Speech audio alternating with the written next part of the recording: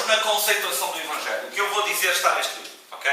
Portanto, os créditos todos para aqui, está bom? Erros na conceituação do Evangelho.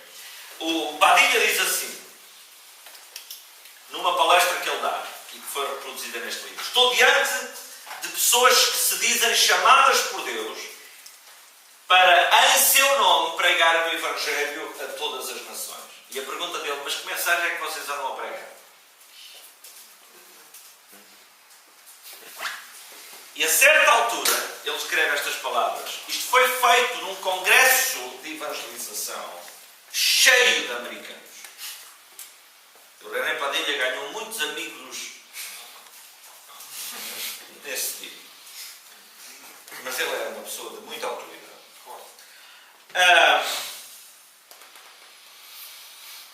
Quando se leva em consideração que o surpreendente crescimento da Igreja em várias áreas do mundo hoje tem seu paralelo num avivamento religioso fora do contexto do cristianismo, fica evidente que este tipo de crescimento da Igreja deve ser avaliado à luz do propósito de Deus para a vida e missão da Igreja.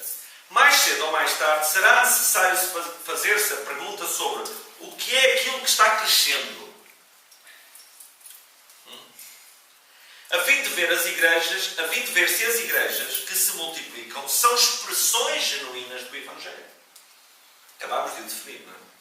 Quando se faz isto, fica claro que o crescimento numérico da Igreja no terceiro mundo, hoje já não se usa esta expressão, mas é somente o lado luminoso de um quadro que também tem um lado obscuro, representado pelos problemas que colocam a Igreja frente a um grande desafio. E ele disse isto aos americanos. Agora vocês aguentam.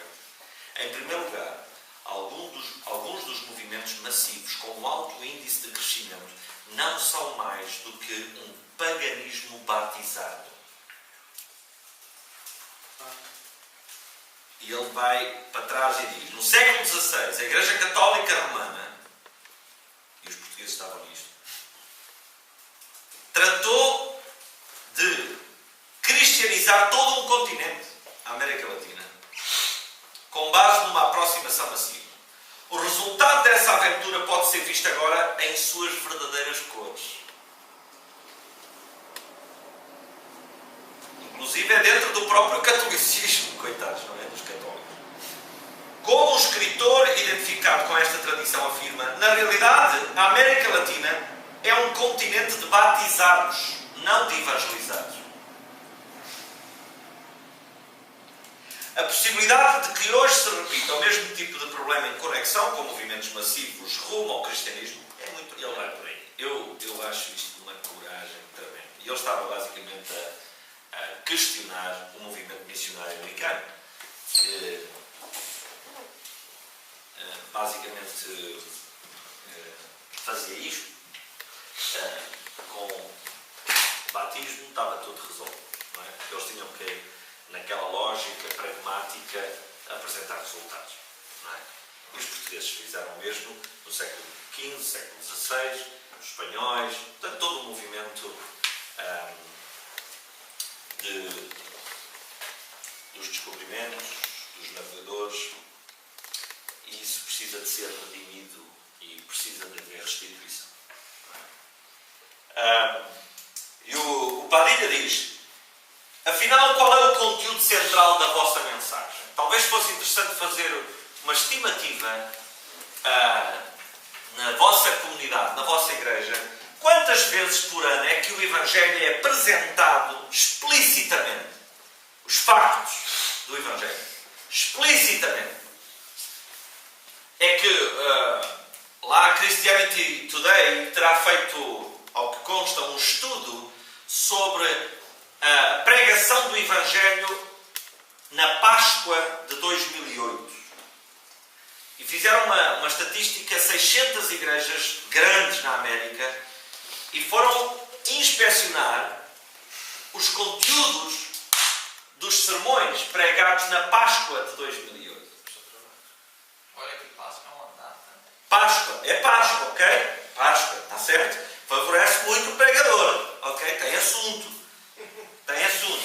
Alguns têm, não é? E de 600 igrejas, 12% apenas tinham pregado explicitamente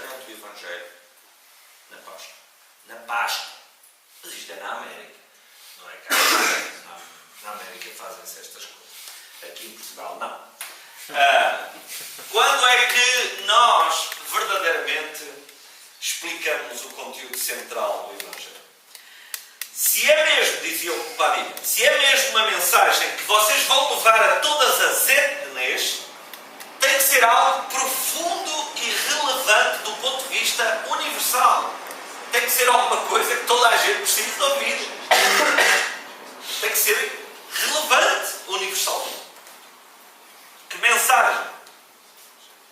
Não pressuponham que todos estamos de acordo com o conteúdo da mensagem a proclamar e que apenas precisamos dos métodos eficientes e criativos para anunciar essa mensagem até aos fins do mundo. Não estamos de acordo. Não estamos todos de acordo quanto ao conteúdo da mensagem. Os evangélicos divergem, diz o Padilha, não apenas na forma de comunicação do Evangelho, mas no conteúdo do Evangelho. Isto é muito grave. Ele tem coragem para dizer uma coisa desta. O equatoriano não é boliviano, mas fica lá perto, não é? O equatoriano era levado da breca. É levado da breca. E ele diz assim, gente, o Evangelho não é o que ele não é. Não é meramente uma porção isolada e qualquer das Escrituras. O Evangelho não é isso. Não é um sistema de normas éticas, embora as contenha. Não é conjunto de princípios e normas de justiça social, embora os contenha. Não é o Evangelho social de Walter Rausenbusch, que considera o reino de Deus plenamente realizável neste mundo. Já ouviram falar de Kingdom Now? O reino agora. Isto é uma corrente escatológica complicada, não é? Que trata o homem no coletivo e não como individual. Portanto, o Evangelho não é o Evangelho social de Walter Rausenbusch, não pode ser alemão, não é? Que considera o reino de Deus plenamente realizável aqui mesmo, neste mundo, e que trata o homem no coletivo e não como individual. Então, o Padilha fala de 3 grandes tendências, 2 delas muito semelhantes, e depois ele apresenta uma terceira que é a alternativa para nós considerarmos. Então, temos a mensagem, 3 tipos de conceitos, digamos, do Evangelho. Mensagem, cristianismo, cultura, mensagem do cristianismo secular, que tem muitas semelhanças, e a mensagem do Evangelho do arrependimento. E o Padilha põe mesmo esta expressão, Evangelho do arrependimento. Estão a ver a ênfase? Evangelho do arrependimento. Cristianismo e cultura. Não sei se já ouviram falar do Richard Niebuhr. Ele escreveu um livro chamado Cristo e a Cultura. Ou Cristo... o título é Cristo e a Cultura. Richard Niebuhr. Um filósofo cristão.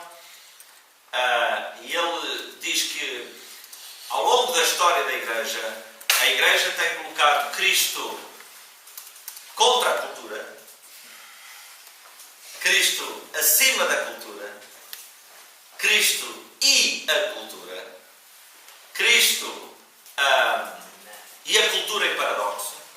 São várias propostas e ele propõe como método cristianismo transformador da cultura. Porque todas as culturas têm coisas que revelam claramente a imagem e semelhança de Deus. Mas todas elas também precisam de ser redimidas aqui e ali. Certo? E nós temos bridges, temos pontes que podemos estabelecer na cultura e temos coisas que temos que cortar e redimir na cultura. Certo? Há muita coisa boa na cultura portuguesa. Graças a Deus, não é?